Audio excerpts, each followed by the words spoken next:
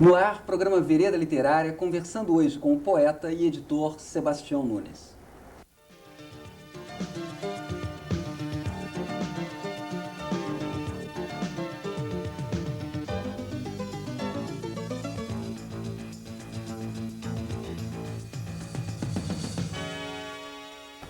Sebastião Nunes, nas palavras dele mesmo. Nasceu em Bocaiúva, Minas Gerais, é bacharel em Direito pela UFMG, nunca exerceu a profissão, o que hoje lamenta. Tivesse se dedicado a defender alguns dos milhões de pilantras que infestam e parasitam o país, estaria rico e famoso. Tendo se metido com a literatura, especialmente com poesia, a prima pobre das artes, vive de brisa, como aliás sugeria Manuel Bandeira, e passa boa parte de seu tempo dando murro em ponta de faca. Ex-publicitário, profissão que sempre detestou pelo superficialismo e baixo nível intelectual, começou sua experiência profissional como tipógrafo, tornou-se em seguida fotógrafo e arte finalista. Posteriormente passou a redator, diretor de arte e diretor de criação, sem deixar de ser arte finalista, inclusive em computador, que é hoje sua principal ferramenta de trabalho, e fotógrafo. Trabalhou em várias agências de Belo Horizonte e Rio de Janeiro, até que desistiu, depois de 30 anos de atividades. Programador visual, incluindo cartazes, livros, jornais e logomarcas, mas sempre trabalhou preferencialmente com livros.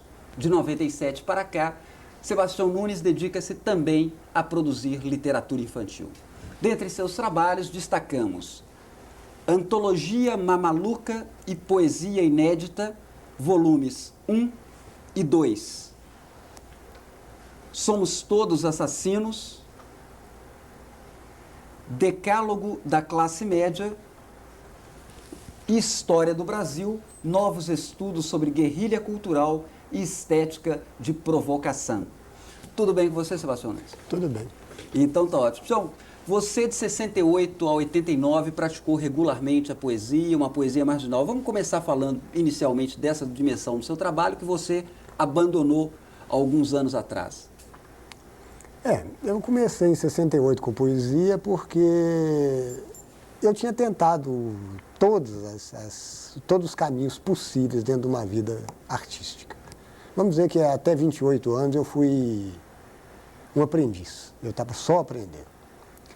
E de 28 anos em diante, até 50 basicamente, durante uns 20 anos, eu trabalhei basicamente com poesia porque eu sempre fui um cara bastante agressivo, bastante crítico. E eu acho que poesia, entre todas as artes, é a que mais se presta à sátira, à crítica, principalmente na vertente que eu escolhi, e é basicamente a vertente que eu fiz sempre, a poesia satírica. Porque às vezes até me perguntam se eu nunca fiz um poema de amor, realmente eu já fiz, mas um amor satírico, de certa forma, ou uma sátira ao amor. E você atribui uma função social à poesia nesse sentido? Um poder de modificação do social ao redor? A poesia, na verdade, não modifica nada, porque a poesia tem pouquíssimos leitores. Os leitores de poesia leem poesia porque sabem ler poesia. E, na verdade, você não vai influenciar em nada. A sátira em si funciona na medida que, fora da poesia, você exerce um papel político, vamos dizer assim, mas não como poeta e como autor de poesia. Uhum. Nesse caso, ela fica restrita a meia dúzia de leitores de sempre, os 100, 200 leitores, quando você dá muita sorte de ter esses leitores. Então, vamos dizer, você faz uma poesia satírica, crítica. Para quê? Isso é feito desde os gregos, desde os romanos, e todo mundo critica, todo mundo faz essa poesia.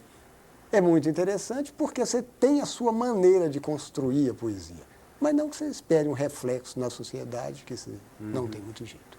Agora, você sempre esteve à margem das editoras oficiais. De certa forma, você disse que, inclusive, tentou essa aproximação, mas que não houve uma resposta favorável. Como é que é essa sua relação com o mercado oficial? Poesia, até há pouco tempo, ou sempre, continua sendo uma atividade paraliterária. A literatura que vende a de teatro, vende a de ficção um pouco, e a ensaística vende bastante. E, vamos dizer, a literatura de consumo, que existe bons exemplos por aí, de uma literatura mais acessível, mais assimilável para qualquer um ler.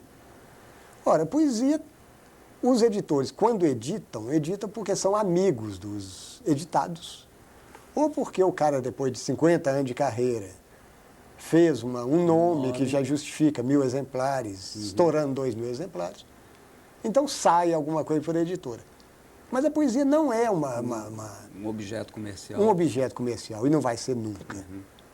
Ok, mas você trabalhou a sua própria antologia, né, pela sua editora, que mais adiante nós vamos comentar sobre o trabalho de Edições de Bolso. Eu gostaria que você apresentasse para nós os 2 volumes e chamássemos, inclusive, um dos capítulos, que é o capítulo Blá Blá Blá. Então, vamos chamar primeiro o capítulo e logo em seguida eu te peço os comentários, vamos ver? Para que não diga que eu faço só crítica, eu faço também autocrítica. Por exemplo, nesse Blá Blá Blá ecumênico, de uma das mamalucas. Desde que fiquei cego, tento visualizar um pobre rapsodo de um pobre país, projetado bem para o futuro e para um tempo de quase absoluta indigência mental. 3 milênios, digamos. Imagino às vezes que esse pobre rapsodo está apenas reservado um destino inverso ao meu, o de desagradar simultaneamente a gregos e a troianos. Essa opinião sobre o meu trabalho foi feita por Homero, rapsodo grego do século IX a.C. A próxima é de Torquato Neto, um cantador nordestino do século XX, mais ou menos conhecido. Um poeta não se faz com versos. É o risco, é estar sempre a perigo, sem medo, é inventar o perigo e estar sempre recriando dificuldades, pelo menos maiores. É destruir a linguagem e explodir com ela. São opiniões de poetas e personagens curiosos. Essa, por exemplo, tem quase 40.000 anos. Meu amor, fui à caverna pintar um novo bisão como prova de gratidão aos deuses. Imagine que sonhei um poeta louco lá pelo século XX, depois de um tal de Cristo, que desenhará uma poesia bem parecida com minha pintura. Penso que estou influenciando o futuro. Em menos de 40.000 anos, serei histórico e famoso. Beijos. Homo sapiens, século XX, 39.000 anos antes de Cristo. A próxima, nós vamos pegar um cidadão moderno que representa a média do crítico literário da grande imprensa brasileira. Por exemplo, indeciso entre desenhar, escrever ou fotografar, este esquisito escritor transmite suas indecisões em confusas abstrações abstrusas, um pouco Augusto dos Anjos. Senhor, nós vamos passar agora um depoimento do poeta e crítico literário Rick Aleixo sobre o seu trabalho. Por qualquer ângulo que se observe, que se analise a obra de Sebastião Nunes, se deparará com um trabalho extremamente inventivo e original. Me parece que dos mais radicais nas áreas de atuação dele, na poesia, nas artes gráficas e na prosa, dos mais radicais surgidos no Brasil na segunda metade do século XX. E o que é mais espantoso no Tião é que essa radicalidade aumenta à medida que o tempo passa. É muito raro vermos em qualquer área um criador como ele, chegando aos 60 anos com o mesmo impulso criativo de quando começou sua atividade criativa. O Tião, ele a cada dia, no convívio com ele, dá para perceber essa inquietação e a vontade que ele tem de assimilar os novos recursos que podem fazer com que sua obra com que se materialize em sua obra aquelas coisas que já estavam colocadas virtualmente nelas há 30 anos. Me parece que é o mais jovem de nós todos hoje no Brasil. Não vejo nenhum poeta mais radical do que ele. Pois bem, Tião, antes de a gente falar desses diferentes suportes que você utiliza para realizar seu trabalho poético, eu queria que você falasse um pouco mais dessa relação texto e imagem para você na construção do seu trabalho. Em relação ao texto e imagem do meu trabalho, na verdade, ela partiu de uma insegurança ou uma desconfiança numa linguagem só.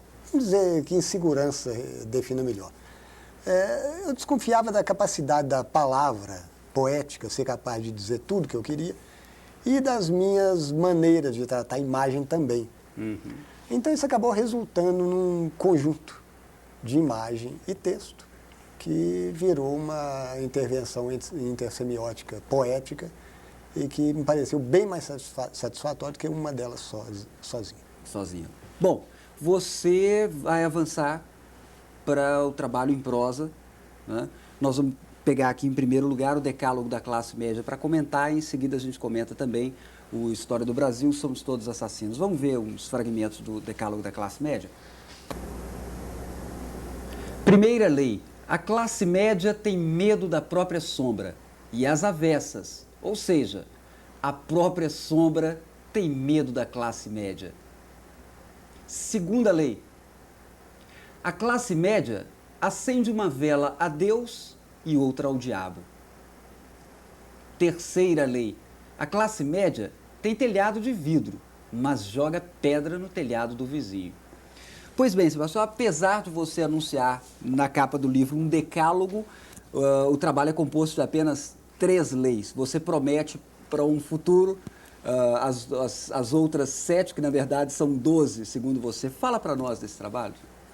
A ideia do decálogo é uma continuação, na verdade, de todo o trabalho que eu tenho feito de sátira. E que agora eu peguei para Cristo a classe média, que eu acho que já era tempo de alguém começar a criticar o tipo de comportamento da classe média.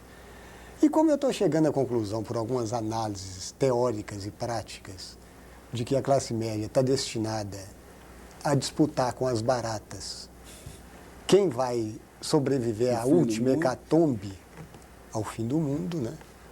Então eu acho que ela merece um estudo sério. E eu comecei a fazer, esse é o primeiro volume, eu espero ter pelo menos mais um dos 4 que eu tinha programado. Bom, num trecho da sua entrevista para a revista Medusa, muito recente, você escreve o seguinte sobre vanguarda, você fala o seguinte sobre vanguarda: o que me espanta, na verdade, é que ainda se façam cruzadas críticas contra as vanguardas, palavra que perdeu o sentido há pelo menos 20 anos.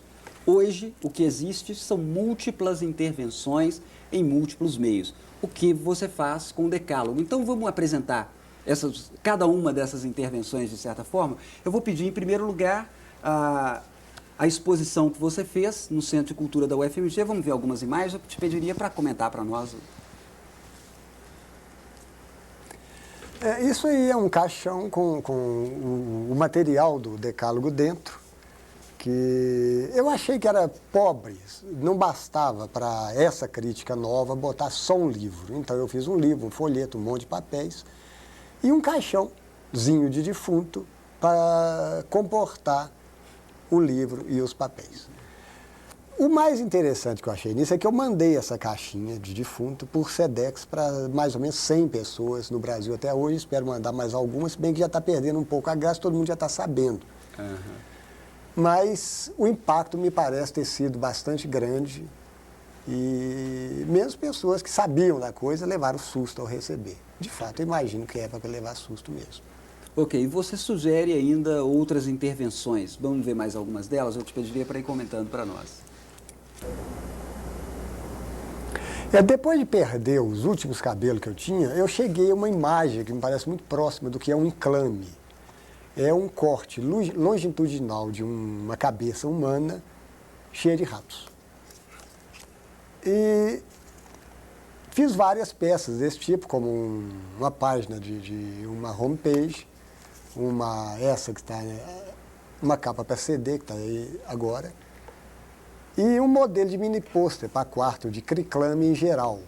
Criclame é uma definição para crianças inclames. Da classe média. Isso. Bom, e além dessas, há outras intervenções. Te pediria para comentar alguma delas. Aqui tem várias outras peças dentro de um folheto que, na verdade, é um folheto em preto e branco, totalmente, que eu acho preto e branco extremamente bonito e forte. É o mesmo cérebro, vazio, que vai sendo ocupado por ratos, que eu acho que a classe média acontece isso, na verdade, com o cérebro do enclame, é que aos poucos o cérebro vai sendo ocupado por ratos, até no fim sobrar uma imagem próxima a essa que nós estamos vendo. Ou seja, qualquer coisa que vocês quiserem entender. Pois é, você atribui à publicidade, ao discurso publicitário, uma responsabilidade alta nesses ratos que entram na cabeça do indivíduo da classe média. Dois trabalhos seus são muito centrados nisso e apontam, inclusive, para a sua própria experiência. Você diz, inclusive, que foi um ator de toda essa história. Um é o livro Somos Todos Assassinos e o outro é o livro Sacanagem Pura. Gostaria que você falasse para nós um pouco dessa sua relação com a publicidade e como que isso se tornou o objeto de um trabalho para você. Publicidade foi uma profissão que, de certa forma, fui levado a exercer e com a qual, depois de 3 meses, eu já tinha brigado. Na verdade, eu fiquei 30 anos indo e voltando, mas fiquei porque era um meio que paga relativamente bem e dá pouco trabalho, até certo ponto. Mas o primeiro livro foi escrito num momento de crise no Rio de Janeiro, quando eu estava tremendamente desgastado com a profissão, então saiu Somos Todos Assassinos. E o segundo, o Sacanagem Pura, já é um ajuste de contas final. É o corte de relações definitivos com a profissão. O Tiro de Misericórdia. O Tiro de Misericórdia, que não é impossível, que publicidade, como enclame, os publicitários como enclame, vai persistir. A dúvida vai ser quem sobreviverá. A palavra é difícil para pronunciar. Ok. As baratas ou os enclames? Os enclames. Então, para encerrar o assunto do bloco anterior, foi o seu trabalho dedicado à publicidade, eu vou te pedir para apresentar um fragmento selecionado, você comentar para nós rapidamente, vamos lá? Esse primeiro livro, Somos Todos Assassinos, é todo feito em forma de anúncio, com layouts de anúncio e a criação em forma de anúncio. E o texto crítico em cima disso, por exemplo, esse é Felicidade Bate à Sua Porta, que é: todo mundo é feliz nos anúncios de cigarro, todo mundo é feliz nos anúncios de bebida, todo mundo é feliz nos anúncios de carro, todo mundo é feliz nos anúncios de tudo. A melhor garota propaganda da publicidade é a felicidade. Ok, Sebastião Nunes, outra intervenção sua e uma de suas peças mais polêmicas foi o Falso Caderno Mais, que é um dos mais respeitados suplementos de cultura que nós temos no Brasil, e você o atinge em cheio, né? E isso gerou uma polêmica grande. Isso faz parte da minha briga contra o poder e eu gosto muito de brigar com os que estão lá em cima. Eu nunca brigo de cima para baixo. Eu brigo sempre de baixo para cima, que eu acho muito mais interessante.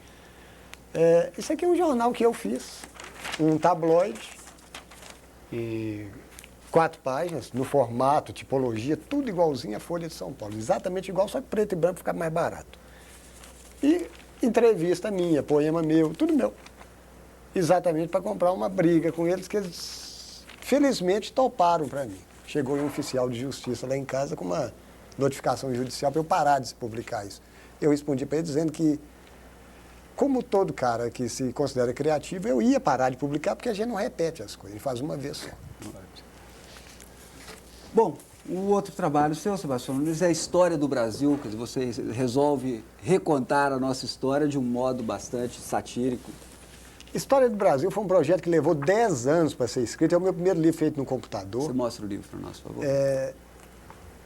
E eu acho ele muito interessante porque, na verdade, eu conhecia muito pouco de História do Brasil. Todo o texto principal é feito em cima de enciclopédia e livros básicos de história. Mas quando eu fui escrever as notas aos verbetes, eu tive que me aprofundar realmente em História do Brasil. Aí eu li muita História do Brasil e hoje eu conheço razoavelmente História do Brasil. Mas é um livro que eu gosto muito. Bom, você então diversifica também em termos de público. Você sai do lugar do público adulto e destina seu texto ao público infanto-juvenil, na coleção, em 3 trabalhos que já foram publicados pela editora RHJ. Eu gostaria que você apresentasse e falasse também dessa. Eu sempre tive uma certa resistência à literatura infantil, mas eu costumava dizer, e até hoje ainda digo um pouco, que não existe literatura infantil, existe escritor infantil. Mas eu tenho duas meninas, uma de 10 anos e outra de 6, que acabaram me influenciando. Uma me contou um sonho, hoje que virou ontem, um sonho, ela me contou, e eu fiz uma historinha em cima. A partir daí, elas sempre me davam ideias, ou eu inventava ideias e mostrava para elas. E como minha agressividade já está um pouco domada, eu achei que era hora de fazer coisas mais suaves, mais leves e mais brincalhonas. Mas nem por isso parei com a outra área. Essa é um novo caminho de trabalho também. Ok, Sebastião, e o seu trabalho à frente do Sebastião Nunes, editor, da editora Do Bolso? Do Bolso, não é? Do autor. Do autor. Do autor. A Do Bolso é uma editora meio marginal, como tudo, porque quem paga é o autor. E ela foi criada exatamente quando eu percebi que eu precisava editar minhas coisas. E a partir daí editei não só minhas coisas, como trabalhos bons de outras pessoas que eu gosto e de amigos, coisas desse tipo. Eu acho que é mais uma frente dessa guerrilha cultural e dessa estética de provocação. Sebastião Nunes, eu queria uma avaliação sua, naturalmente, no tom que você escolher, sobre a situação atual da literatura brasileira. Eu acho que eu cheguei a um ponto que eu posso me dispensar Dessas avaliações. Não é de avaliação, é de ficar procurando o que está acontecendo no mercado editorial. Porque eu recebo bastante livro, inclusive editados de grandes editoras. O Valêncio Xavier é um exemplo agora que me conheci agora, o ano passado. E tem uma turma de São Paulo muito grande, que nós estamos amigos recentes. Então, aos poucos, eu estou criando um círculo bastante grande de escritores novos, por incrível que pareça, muito mais novos que eu, interessados no meu trabalho e eu neles, sem precisar saber exatamente o que está acontecendo na produção. Agora que a produção está muito boa e muito grande, principalmente na área de poesia. Nunca se teve uma produção tão rica como agora em poesia no Brasil. Ok, minha última pergunta para você não é uma pergunta, é uma provocação mesmo. Dá um conselho para os poetas que estão começando, para os escritores que estão começando? Eu acho que o escritor, quando começa, ele só tem uma coisa a fazer. É trabalhar muito, ler muito, principalmente ler muito, leitura é fundamental, pesquisar muito e viver muito. Depois disso, ele escrever o que ele achar que deve escrever. A opinião dos outros não é muito importante, não. E quando que ele deve parar? Quando ele achar que não tem mais nada para escrever. Ok. Sebastião Nunes, a última pergunta do programa, quem vai fazer para você é o poeta Ricardo Aleixo. A pergunta que eu faço para o Tião é se ele, como criador, olha, de alguma forma, com distanciamento para as suas coisas. Se tem algo que ele, não por razões místicas, mas se ele olha para essas coisas, para alguma dessas coisas que ele fez, e pensa no quanto aquilo é radical até mesmo para ele. Eu não acho que essas coisas sejam tão radicais, pelo menos para mim, porque eu tentei sintetizar ao máximo o que eu imagino das coisas e de como as coisas são e retransmitir isso para as outras pessoas. Não vejo muita radicalidade nisso, não. Ok, Sebastião Nunes, Vereda Literária agradece a sua entrevista e deseja mais sucesso para o seu trabalho. Muito obrigado. Muito obrigado. Para encerrar, um fragmento poético da obra de Sebastião Nunes. Epígrafe interessantíssima. Muita gente tem medo de assombração, muita gente tem medo de ladrão, muita gente tem medo de avião, muita gente tem medo até de palavrão. Mas como o assunto aqui é literatura, esse perfumado aborto da cultura, essa sutilíssima câmara de tortura, esse tresloucado gesto de ternura, desculpem a falha técnica da escritura. Você vai ouvir ainda um pedaço da música de Fernando Brant e Robertinho Brant, dedicado ao trabalho de Sebastião Nunes. Contamos com você aqui no nosso próximo programa. Boa leitura, muito obrigado.